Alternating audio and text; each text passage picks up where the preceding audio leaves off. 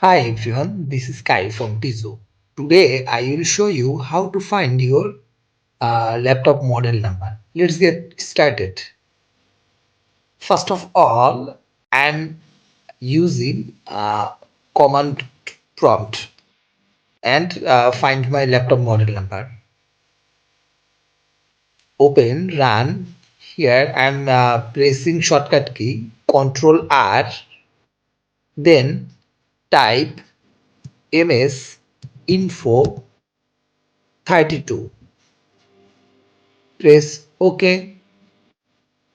Here you have find system manufacturer Lenovo and system model 81WE.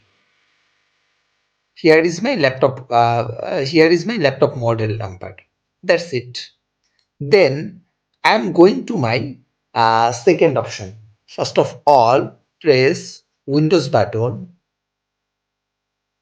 Then search here system information.